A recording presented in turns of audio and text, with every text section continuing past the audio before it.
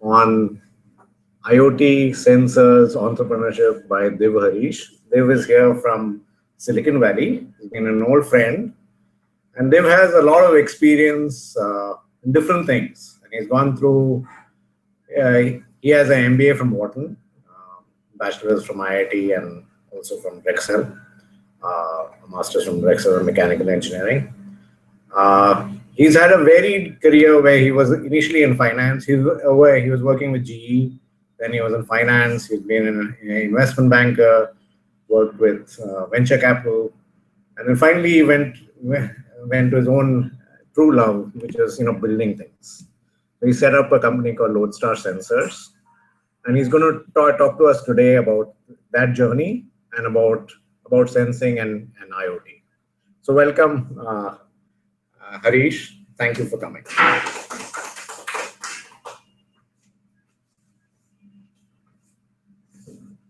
Thanks for the introduction, Girish. Girish is an old classmate and friend of mine, and I'm happy to be here. What you're doing here is amazing, and I truly appreciate it and admire what you're doing here. I'm really happy to just come for a few minutes to share what I have done. So let's get started. Okay. Let me see if I can get my slides up here.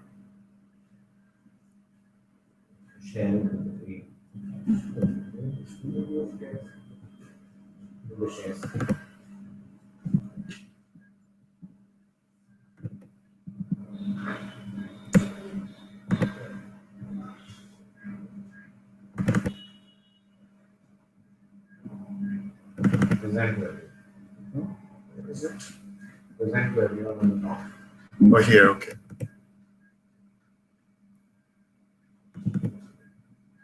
Where is the? How do I make it full screen? Yeah. Okay.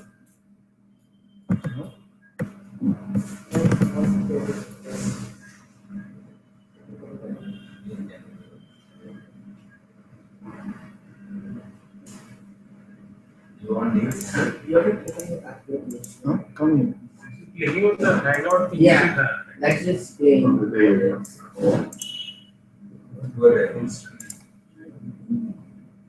They're fine. Yeah.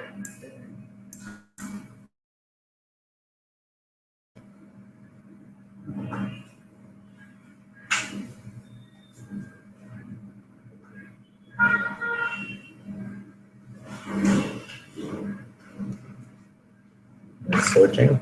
It's displaying here.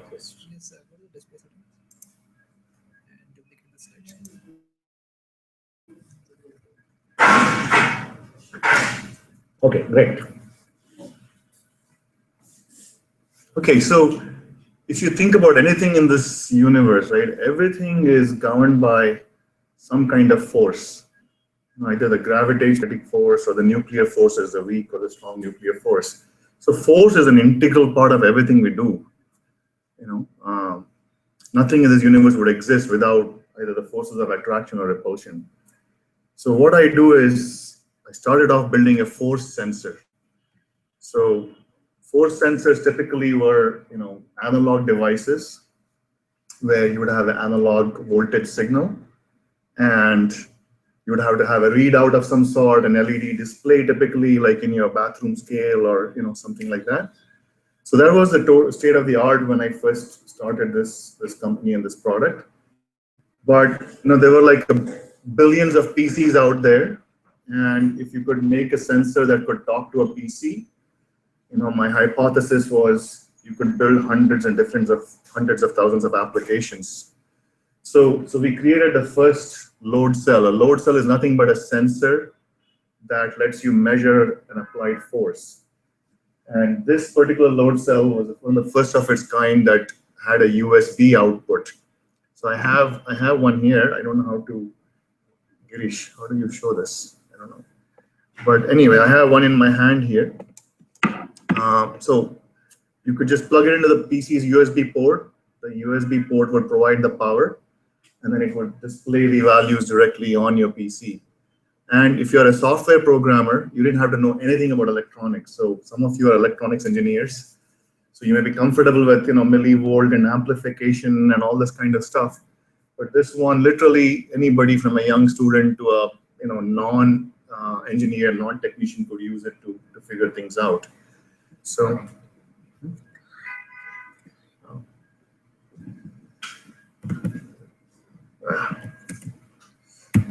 Also, the second thing we did was there were a lot of the current state-of-the-art load cells look like these, S-beam or stuff like this. These were analog load cells. We also created electronic devices that could connect to any load cell and give you the exact same functionality. So all these sensors out there in the world could be used using our interfaces and bring it and make it digital. So that was how we first got started. And so you can see here, give you tremendous insight into the values and stuff. You can not only display the values, you can change the units, you can log the data, you can plot the data, and also you could generate alerts. So for example, if you're doing a manufacturing process where you're supposed to apply 100 pounds of force, if it goes above 100, you want to let the technician know so he stops applying more force, right? So it generates alerts and that kind of thing, So it was a true digital solution, the first of its kind, and lots of engineers loved it because it was like having your own calculator or your own slide rule in the old days, but it gave you a sense of how much force you're applying, and you could do your design practices, design processes using this information. You also brought it to the modern age where it's accessible through an iOS app, even on Apple Watch. So now the sensor information is going beyond the PC to any device, anywhere, wirelessly, Bluetooth, Wi-Fi outputs. So that's like the next level of connectivity. And if just to give you, let's go back in time a little bit, right? If you look at how the sensors and everything had evolved, the computational revolution happened from the 60s onwards, where we went from mainframes to minis to PCs to handhelds now. So the computational power has gone up, exponentially for the last 50 years. Next came the communications revolution. We went from landline phones to cellular phones to Bluetooth, Wi-Fi, Zigbee, all kinds of communication pipes that you could now communicate easily, right? And now with sensors, you can take the sensor data now, put computational stuff right into the sensors, have communications right into it, and you can take the sensor information now and broadcast it out into the cloud and do stuff with it now. Earlier, it was just an analog wired kind of thing.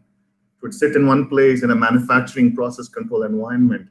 But now that thing has been broken, that link, the connection has been broken, and now we can deploy it anywhere wirelessly and easily, and that is leading to literally, thousands of new applications. Just give you some examples quickly to show you the kind of thing, our stuff. So in the US at least, there's a healthcare revolution starting to happen. Instead of going to a doctor and sitting in line there waiting for him to take a look at you, you can go sit at a kiosk. It'll take all your vitals, your blood pressure, your temperature, even has a video camera. You can talk to the doctor if need be or watch a video, that kind of stuff. So our sensors go into it, at least for the weight measurement part here on this thing. And it's deployed in about 3,000 to 4,000 kiosks in the US at this time. One of the guys used our sensors to characterize the thrust force applied by fans, literally wind turbines. And so a hovercraft, floats up based on the wind force. And then if you want to move forward, you're applying a thrust back. And then if you want to move left, you apply the thrust on the right side and so on, right? So you have to characterize these things before you actually build something. So during the characterization phase, you need to understand these forces and torques and all this kind of stuff. So these are a couple of my customers. NASA is one of our customers. They've used it to characterize parachute behavior, how it moves with wind and, what kinds of tensile forces happen, stuff like that. Then one of my other customers actually is himself a body wingsuit jumper. I don't know how many of you know what a body wingsuit is, but literally there's no parachute. These guys wear that thing and jump out the plane, and then they go miles together floating on that body wingsuit. And when you're jumping off the plane, you want to prolong the glide path as much as possible, right? So you have to characterize the lift and drag forces. So just by these examples, you'll see that literally everything, whether it's a helicopter flying, a quadcopter that I see back there, rockets flying to the moon, thrust forces, all of these things, force is a very important part that needs to be understood before you can actually build these things. So our sensors have been very useful to a lot of these guys to get a quick understanding of things. In healthcare, there's a variety of applications. For example, I don't know, in a hospital, if you've gone and seen a patient getting IV, the IV bag is hung on a stand, right? But the nurse has to actually go into the room and take a look at it to see if is it full, is it empty, is it dripping, is it not dripping. So using one of our load cells, like this guy, literally, instead of hanging it from the hook directly, you just hang this from the hook, and then you hang the bag from the sensor, and then it'll tell you it's the bag is full, empty, it's dripping, not dripping, all this kind of stuff. And through a wireless mechanism, if we had this in every room, the nurse doesn't have to go look at that. She will get an alert saying, hey, this room is empty, that room is okay, that kind of stuff. So there's a lot of applications. Like every patient, when they're given medicine by the doctor, it's based on the weight of the patient. When a stretcher comes and takes you in an ambulance, and they need to give a certain heart attack medication or something, they need to know how much the patient weighs. So for all those things, you can literally build these sensors into the stretcher before the thing gets on the ambulance. You can use it. Actually, there's another very interesting application where a lot of people are getting old in the US. It's a baby boom generation is getting old. So a lot of retirees living alone. My mom lives alone here in Bombay. So if you want to keep an eye on your parents, right, how do you keep an eye on them without having a camera looking into the room?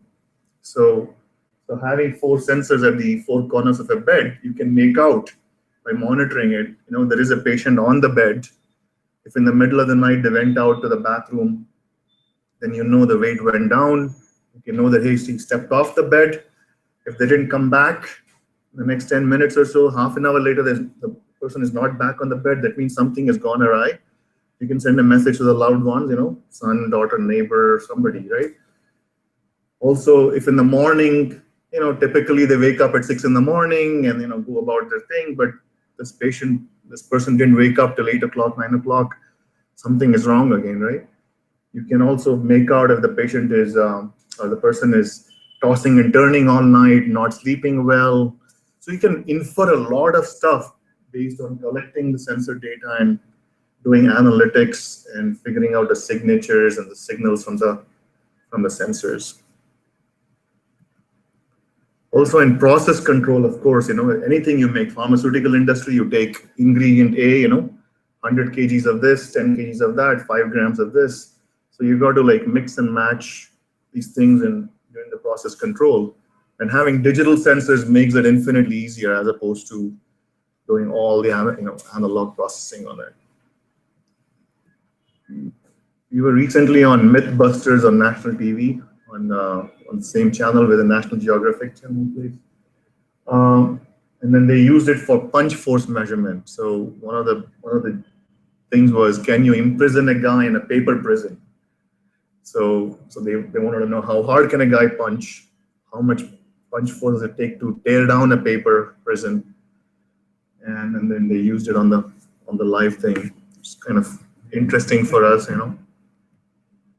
have a lot of good customers that keep us employed and fed, and the mortgage is paid across many different industries. And these kind of customers make us motivated to continue to be an entrepreneur and do the next interesting project and the next interesting challenge and so forth. We also have 16 issued patents that cover various aspects of capacitive force sensing. And if you know the new iPhone 6s, they're using touch force to even do the interaction with the phones differently. So earlier you would just use the finger to locate the finger on your phone. But now when you push on that phone, it gives you a different menu, right? Also, like when you're playing a game, for example, if you're playing Madden, NFL game or something, earlier all the controllers were just on-off controllers. So if you push on it, it's on, and if you push off, it's something else, right? But if you really wanted to play football, or you want to do a very fast ball or something like that, if you can push on it and give you analog control, then your gaming experience is so much better. You get a little bit more control on things. So this touch and force measurement has got tremendous applications. It's not intuitive. Most people, an average person you meet, wouldn't know where you would find these kinds of things. It was hard for us also initially, but once people find out about this thing, they're like, I want one, that kind of thing. And then recently, so I don't know how much I should speak about entrepreneurship, but the trick to entrepreneurship is you can't be a one-trick pony, Like what we have is great, a lot of people love it, but it's not like selling millions of units, right? So you have to expand your product range, you have to grow your business by, offering more things to more people. So we started with force right here. We are expanding by adding other sensors. So we do displacement now, we do torque, we do pressure, we do level. All of it, some of it with our own technology, and otherwise we support other third-party products as well. But all of it going through an interface device where you can do processing and communication pieces, and then off into the internet, so you can access that information from any device anywhere. This was what we thought about many years ago. But unlike Facebook or Twitter or something where you can get viral thing with software, right? In a physical device, when you're an entrepreneur, takes time because you got to build it, test it, qualify it, inventory it, sell it, support it. So it's quite complex. So it just takes time, but anyway, we are doing it, and we are happy that we are making good progress. So this is a displacement sensor. So this is a spring-loaded stylus. So if you were to push down on it, it'll tell you exactly how many inches you moved. And then we can do USB or wireless or Wi-Fi, Bluetooth kind of stuff on the other end. This shows you, like, for many applications, like for example, car suspensions, right? When the car corners, there's a certain force there, and that spring, the suspension is absorbing some of that force, but it deflects. But if it goes down and bottoms out, then you'll have a bump, right? You don't want it to happen. So they need to characterize that, right? Especially race cars and those kind of things. So we not only just force, we do force and displacement here. We can do force, displacement, temperature, torque, all of those kinds of things. So we've gone from just force measurement to, we used to call it load view, now it's sensor view, and it can display all of them in a single software. I also developed this capacitive level sensor. It's kind of obvious, but the only thing different is that because it's capacitive, it can be outside the vessel, not just inside like it's shown there. So for example, if you're doing a medical application, you have blood in here. You don't want an external thing to go inside the blood. So you want it to be outside. And that's the beauty of capacitive sensing, which, one of the sensing technologies we have developed is the capacitive stuff. So you can go inside or outside the vessel. Yeah. So capacitive, the classical definition is you have two parallel conductive plates and you apply a potential difference between the two. You have capacitance as Ka by D. A is the area between the plates and D is the gap between the plates, and K is the dielectric. So in this particular case, right, there will be two lines on this end of this guy, which are the two capacitive plates. And then when this water level rises inside here, or whatever the liquid level rises, it affects the dielectric. So it changes the capacitance C. In the case of this force sensor, we apply a force and the gap changes, so the D changes. In the case of a displacement sensor, the overlap changes, so the area is changing, right? So it's a very versatile sensing platform. It's a little complicated because you got to do AC signal processing there, not just DC signal processing, but it offers tremendous versatility. Okay, so you can use it. So you can see the plates here. We have a capacitive plate down here, and then another plate up below this point here, and then as you apply pressure, this thing deflects. As it deflects, the gap changes and changes the capacitance. Then we have. Oh, so can I draw? Do you have a pen here? Yeah. So I'll just show this how this works first, right? Yeah. So this is, let's say, two conductive plates, okay? And then we'll draw this. So if you apply force here, this thing deflects, right? So this plate moves here.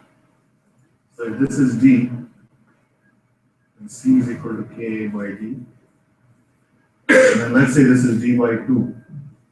Then C prime is equal to Ka by D by 2. Or C prime is equal to 2C. So the change is 100%.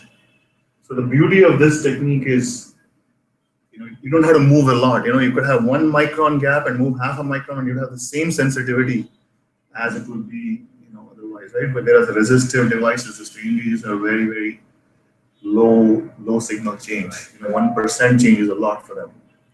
And in this, the level sensing case, instead of the plates being like this, right? So let's say.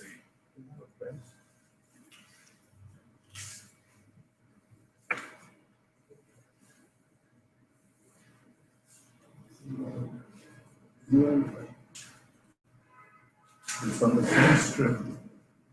So let's imagine this strip. Anyway, here's the strip, right? So in this strip, there's two capacitive lines. This is one line.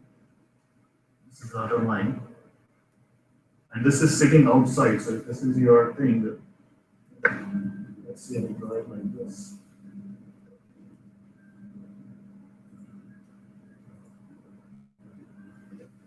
Right? So the lines are outside here, outside the glass. But from inside, the lines are going like this electrical field. So from inside, when the water comes, it cuts through that electrical field. It changes the capacitance. That's kind of how it works. In this case, one of the electrodes or the capacitor is inside the water? No, it could be. It could be. So there's two kinds of designs, right? Here, see? Yeah, the second one, Yeah. So this one- how are they physically placed It's in respect to the dielectric? It's side by side. The Okay. two lines are side by side outside the glass or the plastic. And the dielectric is here. The line, no. So the dielectric is what is exactly. So Between on the plane, it's between the two. There's just the PCB material, but outside it, it's the water or the air, right? And the electrical lines go like this. So when the water comes up, it cuts through the electric field and changes the capacitance. And this capacitance is a very amorphous, very funny thing. It's like conceptually, it's supposed to be storage of electrons, right? In between the two plates. So it's like really hard to imagine in your mind's eye, what the hell is going on there, How do you contain the electrons there? How do you store it? How avoid leakage currents? And you have to constantly charge and discharge it. So you got to work in the AC domain, not the DC domain. So because of all that, the complexity of the electronics goes up a little bit. But it has advantages like what people have found out with the touch screen, right? Which has tremendous benefits. Shall I move forward here? So anyway, so moving on now, right? Everything I told you was about sensors. So I started as a sensor guy selling sensors and sensor solutions, right? One at a time. So Toyota, for example, they had a problem with brake testing. Because I don't know if you guys remember, there were some guys who complained, I'm pushing on the brake, but the car is not stopping. This was the complaint that they had. And how do you test it? How do you know the guy actually applied the brake? How hard did he apply the brake? How long did he apply the brake? And then did it not stop, right? So examples like that, they use our sensors there to see, what is the recommended force? Did he apply it or not? How long did he apply it? So you can get a force versus time curve, right? So those were the kind of applications they did.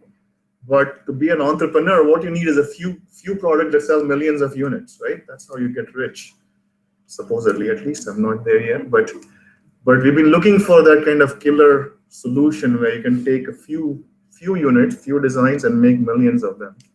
So this is one of those solutions that we think has got tremendous opportunity.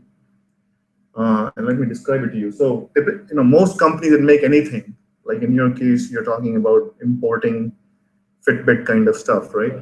So you buy 1,000 of them and you put them in shelves. You may have 3 different products and they're in different shelves, right? And then you start selling. And then one customer calls you and says, I need 100 of this, 100 of that, 3 of this, 4 of that. And so now your inventory starts depleting, right?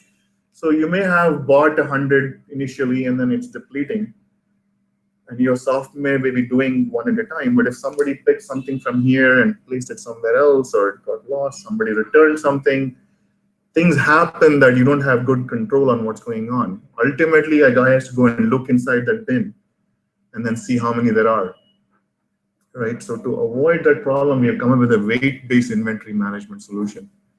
So if you have nuts and bolts and fasteners, bandages, injections, tablets, pills, whatever, lots of little things that are sitting in bins. So instead of this sitting just on that, we put it on our sensor, and then the sensors are sitting on a shelf. They're connected wirelessly. So in this case, we had to figure out how to deal with hundreds of connected sensors. Power them, talk to them, manage them, communicate, make sure it is communicating, you can reach it, and get the data out into the cloud. And then once it's up in the cloud, we do all the data analytics on it. So we call it stock view. It gives you a view into your inventory stock. So this is a real implementation, as a fastener guy did. So in order to do that, we had to develop our own sensor router. When we first started doing it, there was no router. So we made a 12-port router where we connect 12 sensors. And this guy provides the power, the regulated power. When you have 12 sensors, you need to have robust power that you can do, all 12. You want to be able to run on battery, so you need to do battery management. You need to be able to get all the data in, talk to it, manage them, package the data, send it out wirelessly, wired Ethernet, one of those. So we had to develop this router in order to start talking to many sensors. And instead of doing 96 or 100 or 1,000 all into one box, we made it modular. So you can talk to 12 sensors, and then this can connect to another router, and so we can daisy chain. And then one of them can then upload all the data. So this took some time because making one sensor is easy, but talking to hundreds and thousands of sensors at a time is not that easy. And how many of you had problems with Wi-Fi connectivity at home or anywhere? Right, the damn thing doesn't work. You curse at it, and then you move on. You reconnect and move on. That's okay when you are interacting with your PC, but if you have just a dumb device sitting out in the field, you cannot just say, oh, it's not working. It could be thousands of miles away. So you've got to have robust communication. So we had to work through all those issues, and we picked the right ones to solve these problems now. Also, we partnered with Oracle so that this data can go directly into Oracle's ERP system. So they already have inventory management systems, but it's only as good as somebody entering the data by hand or just check in, check out. So this kind of thing, you can just plug in our hardware solution, and our data is residing in the cloud. You give one pipe. So then this just goes and grabs the current data and uploads it into the ERP. So we made it compatible with the ERP systems now, so it can be deployed into major corporations. Here are some quick examples of how it could be used in the real world in a retail environment. Lots of stuff is sitting on shelves, and retailers are dying for information because they may do a sale, and they say the sale, and then things run out, and they don't even know something is in great demand. So we sell different size bins and different size scales. That's a real shelf. We could replace an existing shelf with our intelligent shelf. The soup cans are sold in Target in the US. So in this case, with one force sensor, it's like this sensor that I have here. You literally can put one guy at the bottom of the ramp, and as it's, if you have one soup can versus 10, there will be a different amount of force applied. So you can use that to infer how many soup cans there are. Right? And Campbell and all these soup companies are just dying to know how much stuff is on the shelves, real time, so that they can sell, send the distributor, replenish it before you run out. And then, how many of you drink alcohol? Manoj. In a bar, apparently, the amazing thing about this business is like 1 ounce of premium whiskey. If you go to the bar, they sell it for, I don't know, here, like $5 a shot or $10 a shot, depending on what premium label it is. But they only buy it for like 50 cents a shot, right? So the margin is humongous. But the bartenders are low-wage workers. They are, they might drink one, they might give one free to their friend, steal a bottle, all these kind of things. So there's tremendous loss and pilferage and theft going on in this industry. So by putting it on a sensor, the whole bar can be instrumented, and you can know exactly. Like every day, there's a guy who comes in the morning and sees how much stuff there is, and at night how much there is to avoid this problem, which is like a very painful thing to do.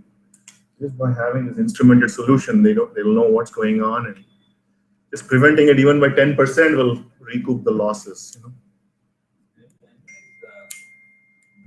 sources of these and the idea of motor applications is mainly coming from your customers, is it coming out you think about it, or?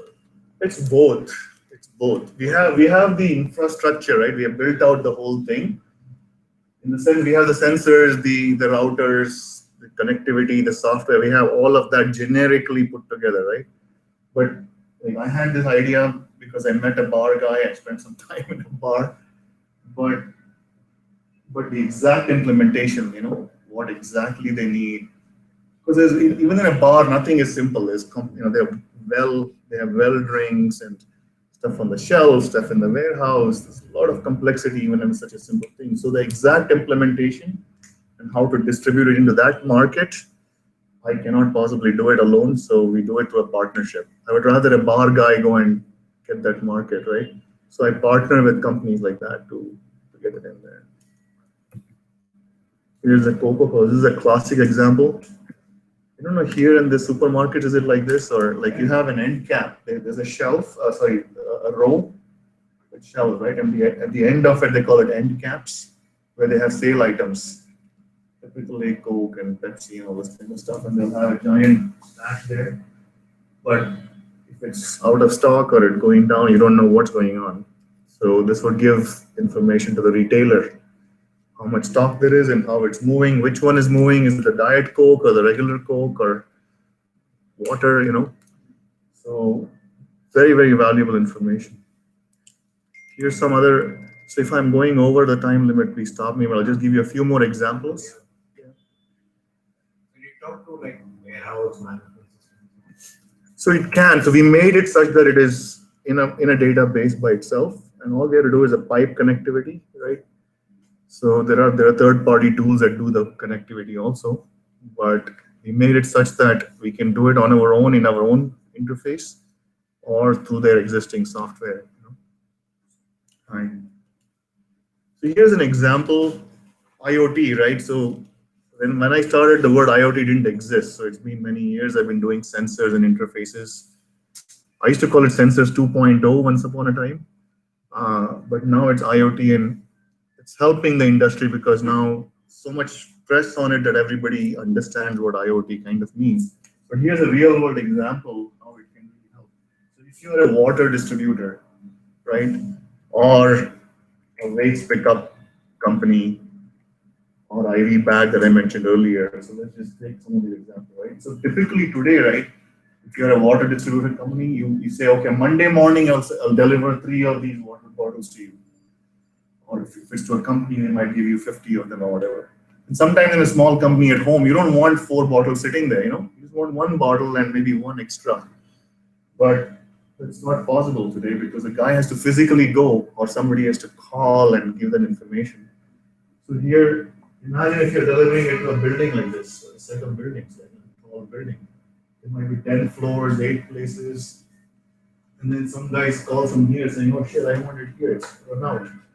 So instead, by using a system like this, the distributor company can know exactly what is going on, when it's going to run out. You can look at the consumption patterns and predict. So you wake up in the morning and say, those 8 places I need to deliver, So you save money, you avoid fuel costs, wear and tear, global warming. Yeah. So it's very valuable, I think, whether it's package pickup, water delivery, all sorts of things, predictive, optimized delivery routes. Same with waste pickup, at least where I live, every Monday morning he comes, whether it's empty or full, they'll come and pick up and dump. And that's such a waste, right? If you could avoid 10 of those stops, you would save money on, again, gas and pollution and time and all that stuff. This is an IV bag example I gave earlier, right? So these are all hospital rooms, and instead of the IV bag just sitting by itself, it'll be on our sensor. So when something runs low, the nurse can be informed, and so now one nurse can handle 100 rooms instead of having so many nurses going around from room to room to room. This is how you optimize stuff. This is how you improve efficiency, create value, create more profits. So this is a tool to enable some of those things to happen. I won't go into detail. This is more of the same, but operations management. You can get an idea of your how much raw inventory you have, how much is in work in process, how much is FGI, who is the slacker, where is the bottlenecks. By having sensors at each step along the process, you can monitor the process. You can come on in. Yes.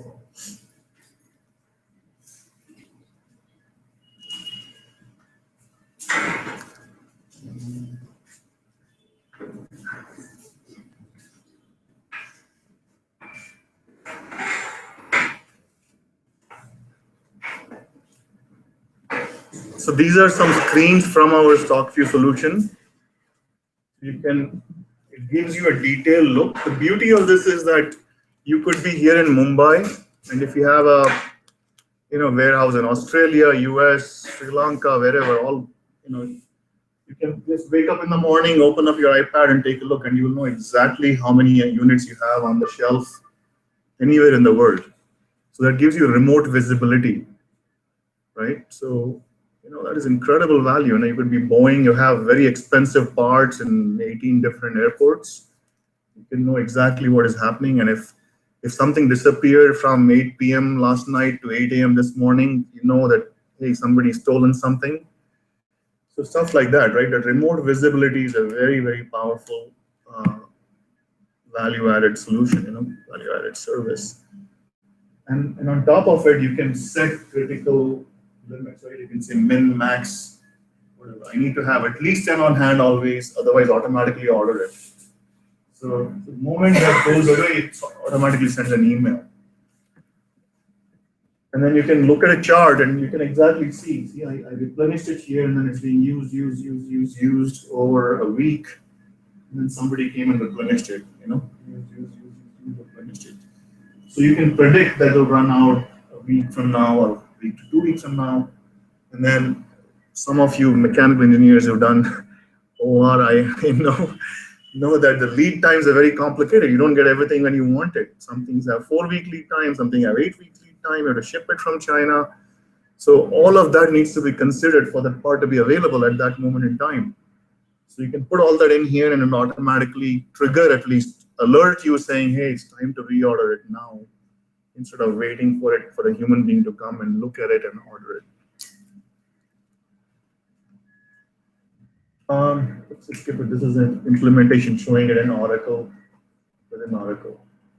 So I'll stop here with my, what I do and that kind of stuff, and I'll be happy to answer any questions about anything to do with entrepreneurship or anything else. So is that reasonable, Grinch? Yeah. I'll let you. Yeah. Can you touch a little bit on the entrepreneurship piece? What made you choose your path? You seem to have seen IoT well before it was fancy to do IoT. What gave you that thing?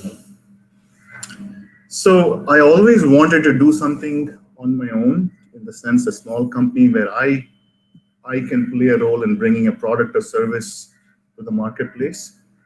My dad was an entrepreneur.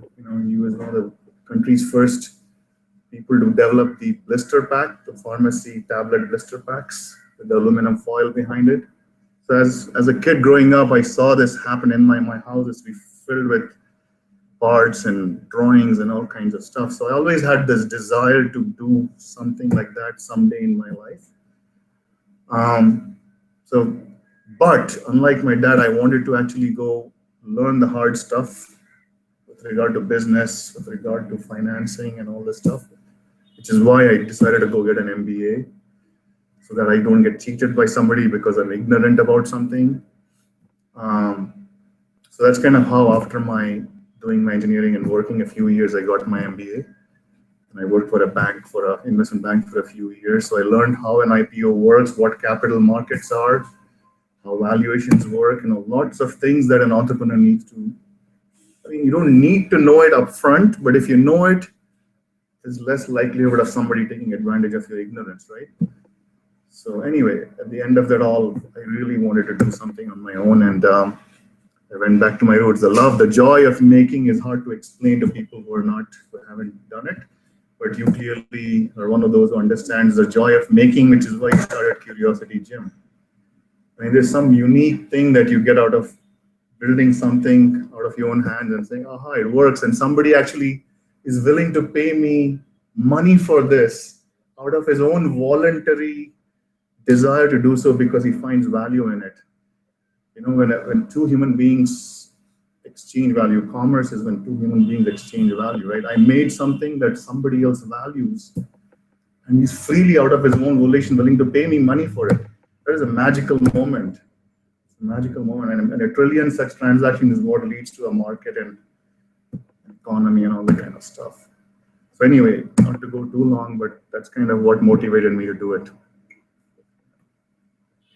Yes, India in terms of IoT compared to what you are doing, where is India compared to?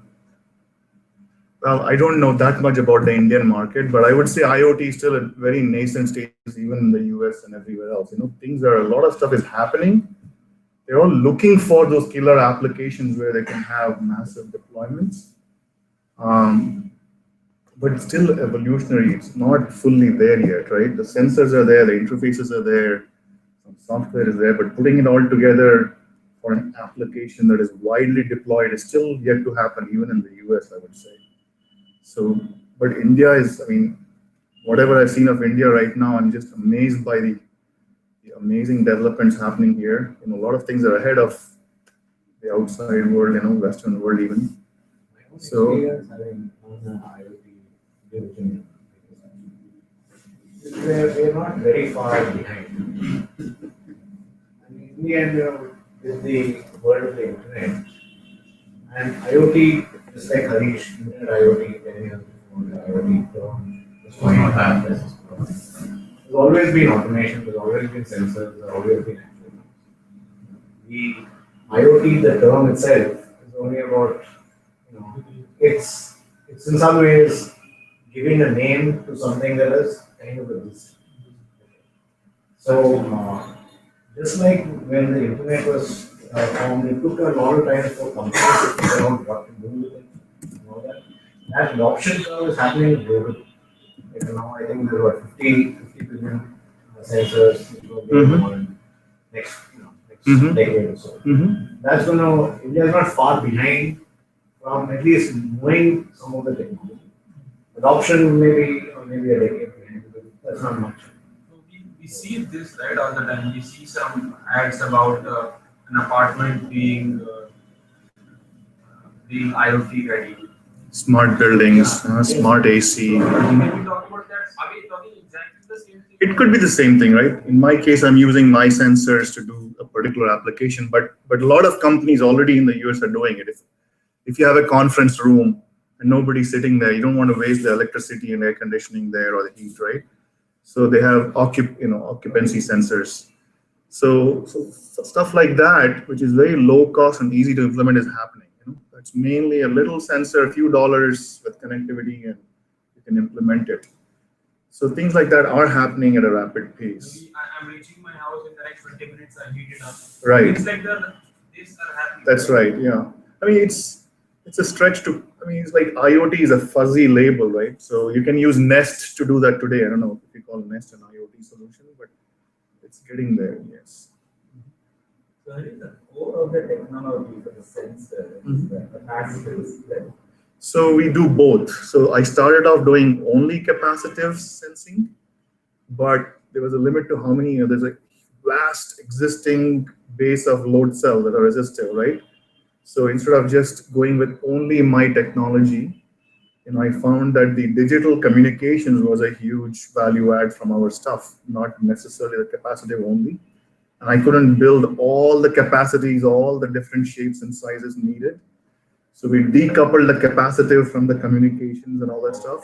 So those are the interfaces. The second slide I showed you, right? So what are the question was, are there other technologies also, other ways of measuring weight, for example, the one way you described is capacity. Yeah. Are there multiple such ways? So there is one predominant way. 99% is resistive load cells, they call it. Resistive load cells, strain gauges. It's like a block of metal. Actually, let me show you this here. It's a beautiful illustration of that.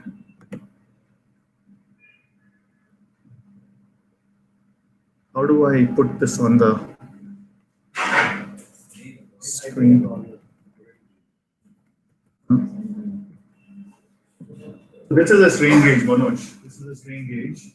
It's like a thin foil strain gauge. It's literally a wire, but when you stretch, it changes resistance. Yeah. So this thing here, see, it's literally one wire etched on a Teflon or semiconductor kind of thing, and when you pull it, the wires become thinner. So it's almost like your water pipe. Imagine the water pipe is squeezed. When you squeeze it and becomes thinner, it's harder for the water to go through, right? Similarly, the electron flow, the resistance increases a little bit. And then you put this, attach it to a piece of metal, like that. So they put like 4 of those at the 4 corners, And then when you The question I have is the capacitance rate measure for A, is it more accurate? B, is it cheaper? What is it that makes it better. makes it better? Right. So the answer to that is here actually.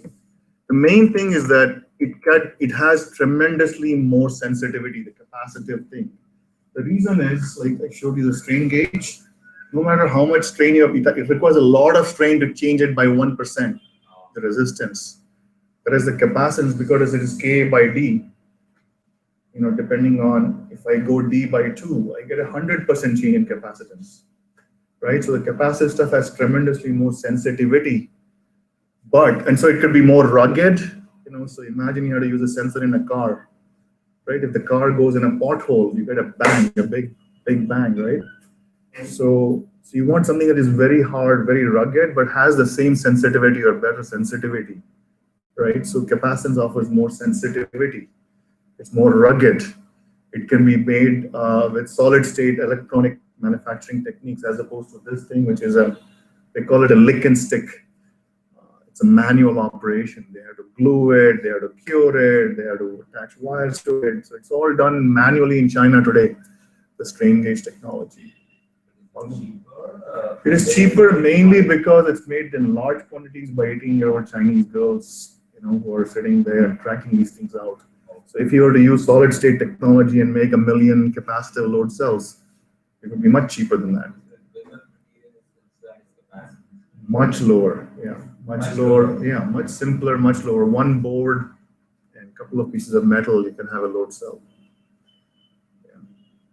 Just that people are not using it. Is that the reason? No, so a couple of things, right? There's regulation, so there is, so the load cells are very accurate, I must say, even though it's manually made, even though it's made in China, it's very accurate.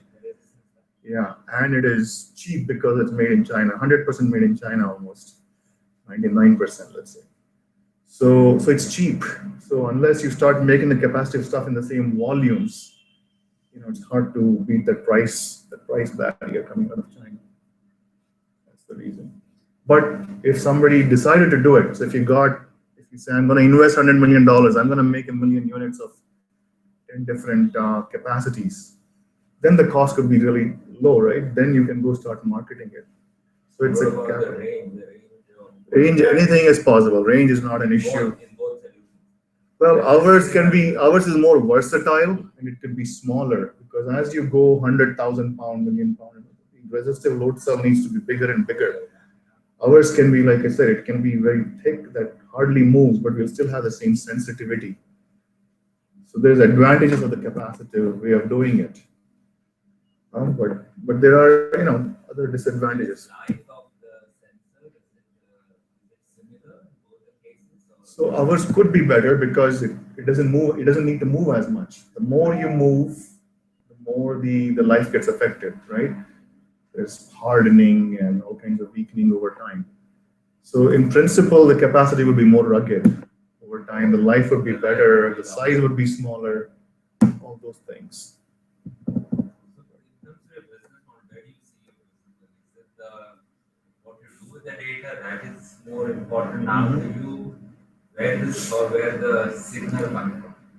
So what I have learned over the last so many years is it's not enough to just sell the sensors. It's not enough to just sell the interfaces. You've got to provide a full solution to the customer. So he doesn't have to go to 3 different players. He doesn't know who to call when something goes wrong. Is it the sensor, is it the interface, is it the software? Which is why the stock view solution, we provide a end-to-end solution. So my quick answer to you is it's important to have a complete stack. And that's where I see the value. So when you have that, right, then you can charge a recurring revenue model kind of thing. You can charge for a service on a monthly basis. If you just sell a sensor, okay, here's $100 or $1,000, you make a one-time sale, and then it's over. Then what do you do? Next month you got to get another customer. So that kind of thing. So I think the solution,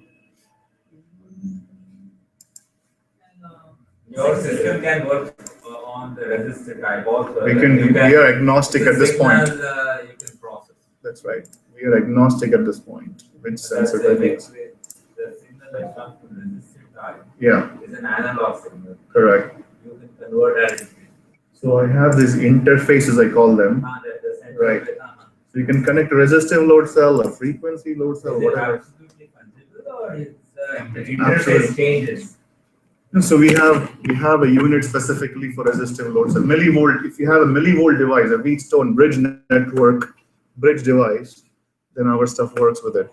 So it could be a LVDT, it could be a strain gauge. It doesn't matter to us. So my question was compared to the electromotive force sensor, how is the sensitivity of the magnetic sensors? Is it in comparison? Is it more? It is very sensitive. In fact, it is so sensitive that the damn thing is sensitive to temperature and humidity and everything. So you got to offset all that stuff. So like I was saying, right? It has to only move a micron for us to measure. We literally measure nanometers when we are doing the force measurement. So it's very, very sensitive, which presented actually problems for us initially, like all this compensation things. Is one of the reasons why I still say the resistive is more accurate. The resistive is, like when you change the resistance, the voltage changes. So you can have a 9-volt battery and the millivolt will change, DC voltage will change. It's very stable because it's DC. Whereas when you have capacitance, you cannot just apply a DC voltage because it's like an open circuit. You have to charge, discharge, charge, discharge. So you have to do AC. So there's issues with electronics measurement techniques when you use capacitance, but it is extremely sensitive. Extremely sensitive. Much more sensitive than the resistive ones.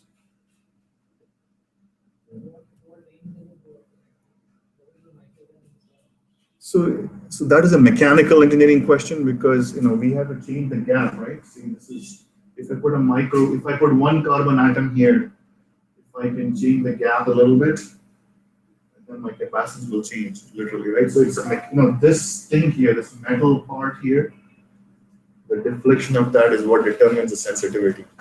The electronics doesn't care, the capacitance measure. We have the whole electronics to measure the capacitance change. We need to modulate this mechanical thing. So the other thing, interesting thing about people who are electronics engineers, this is an incredibly interdisciplinary area, sensors. You got to know a little bit of metallurgy, material science, electronics, firmware, mechanical engineering, fabrication. It's a difficult thing because you got to have so many different guys involved in it, in making something up. So the cost of capital, the cost of the thing goes up because you got to have 10 people who know all this stuff, day one kind of thing. So that's why it's complicated also, making sensors. The interfaces, the electronics, the software is easy relatively because it's deterministic. There's no physics involved. So if you want to start your own company, don't go here, go to the interface and sensors or services or something like that. It's much easier to go that side because it's only a D. There's no R and D. You should leave the R to people with lots of money.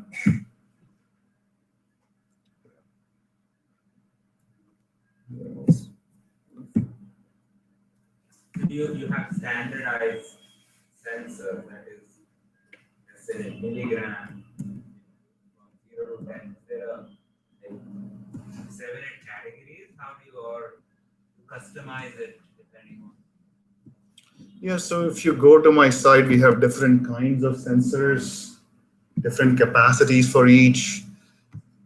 So like, for example, all sorts of different sensors, different mounting configurations, Some are low profile, some are best for scales because you can place the load anywhere on the scale. Some are good for medical devices, for Kia. It's all different. So the mechanical engineering is very complicated of this whole thing. The electronics is easy. All this is manufactured by Loadstar. So the capacitive stuff we manufacture, we buy some third-party load cells, but all the electronic software and our capacitive stuff we make. Yeah, like these are capacitive here. So we make all of these ourselves. The resistive stuff we'll buy and mate it with the interface and software and resell it. These you probably manufacture when you get to know from Ford that I need this service from it, and then you probably go and manufacture. That's right. We make and keep inventory, some stock always, so that quick service, immediate availability is very helpful to have a good business. I mean, what I found is ultimately, right, it's you pick up the phone call, you talk to the customer, do you send him a quote, you follow up, all those things make a heck of a lot of difference. The technology is important, but it's only the first step, In a business, you really have to have the full service. You have to treat the customer like king. Whether you have one customer or 10 or 1,000, you have to make every customer feel like he's the most important guy in the world. And then they come back. I say that inventory solution, it's an inventory solution kind of offering is the then provider. Is he your customer or is the end user using that inventory management? Who is your customer? Because you need to give, you must be buying from that vendor, which is the storage system. There are some established storage there. Right. Are you making the storage player smarter? We could. Or the end user? So we are making the distributor smarter. So for example, let me give you an example, right? So let's say I have a company in Canada. There's a company in Canada that makes snow plows. So they make these trucks that go and take the snow out of the roads, right? So they have to make a whole truck. There's thousands of different parts that come together, and so they need all these fasteners. So my customer is a fastener distributor who sells them 1,000 different parts, literally 1,000 different parts. They have 3 or 4 locations, right? And my customer is in Massachusetts, in Boston, and this customer is in Canada. In the winter, it is like life-threatening to drive on the road when there's a snowstorm. So imagine that, for 2 weeks, this guy doesn't go and take a look at that bin to see what is needed. In the meantime, in the winter, that snowplow maker gets a lot more orders. So they are busy cranking out these snowplows. So there's a problem there, So my customer is the fastener distributor because he tells his customer, I'll give you the fasteners no matter what. Don't worry. I'll make sure it's there. But the way he delivers on that promise is by sending a human being in a truck to go take a look and see what is there and what is not there. Otherwise, if he gets a phone call from the snowplow maker saying, hey, I'm running out of these things, I want it tomorrow, and they don't have stock, then this guy has to rush over there or something to deliver it, right? So there's a lot of tension there, So they deployed this system there. So my guy wakes up in the morning from Boston and takes a look and sees what is there in all the different places. And if there's a week-long lead time available, he just ships it through UPS and they have the parts. So the friction has gone down, the customer is happier, they're never out of stock. And so my method of distributing is to these distributors, because they have hundreds of locations that they're servicing already. We make their cost of operation come down and their customer satisfaction go up. So that's one example. Yeah. So one idea that we discussed in the gym was that can we make a barbell or a dumbbell that can actually tell you you're lifting more than what you can? Totally. I have customers who do that today. So I think the slightly different answer is, like, for example, in fitness, right? Like if you're a fitness enthusiast, you go to the gym and you are to lift 100 pounds 10 times, 10 reps or whatever they call it. But you have to have actual dead weights for that, right? But imagine you can get a resistance band, a rubber band, and you could just do that in your own house, right? You can just like put a rubber band and push up. The problem there is that you don't know what you're pushing. How many pounds are you pushing? So with literally one of our sensors like this, like even this guy here that I have in hand, just imagine that you have a rubber band here and a rubber band here with two handles, and you can just do this, and it tells you how many exactly. And so you can do that very easily, and people are doing it. Trainers, physical fitness trainers, are using our sensors to actually Measure capacity. To help their students see what they're doing exactly. Yeah. Is there a way to demonstrate the software here to the that program? Is it on? It's on there or here? So how do I? Here, load view, right? So like here.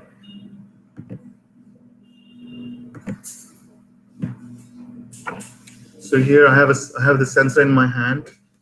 It's connected through USB to this PC. If I pull on it, it tells you I'm pulling in about 11 pounds of force. This is pounds, it's in pounds. But we can change the units, If I push on it, it tells you how hard I'm pushing on it. You can log the data, you can plot the data, it shows you what the max and min was. So this is a simple tool, but it's such a simple tool, you can use it to characterize things.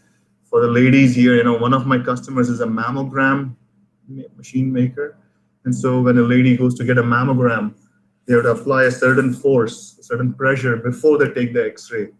So how do you know what force that should be, right? You don't want to do it so hard that it hurts, not so lightly that you get bad X-rays, which can be misinterpreted. So you need to apply that force. So they use a sensor like this, one of those I showed. It shows you exactly how hard, what the right number should be.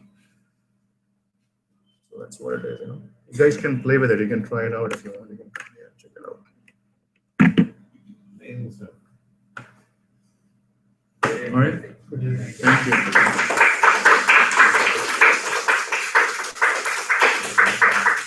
Thank you. Thanks for the invite. So thank you, Harish, for that very inspiring talk. What I got from all of this is that a simple thing like load can really revolutionize the world. And like Harish mentioned, a lot of entrepreneurs actually go after the easy stuff. He happens to have gone after the hard stuff, the R. Most of us entrepreneurs go after the D. But he's really gone after the R stuff on something that is really, really basic. Okay. And we all, when we grow up, when we're born, one of the first measurements that the doctor gives is this thing and what is the baby weight, right? And that, starting from there, on any industry, I think load will always be there. And so we of course wish you all the luck on making this revolutionize the world. And I think you actually have it. You just need to, every industry needs to just adopt it and open the eyes to a lot of it. So thank you again for sharing the stories. And thank you for his family for coming and supporting him during the entrepreneur journey, right? Which is also very important. Yeah. Okay. Thank you all. Yeah.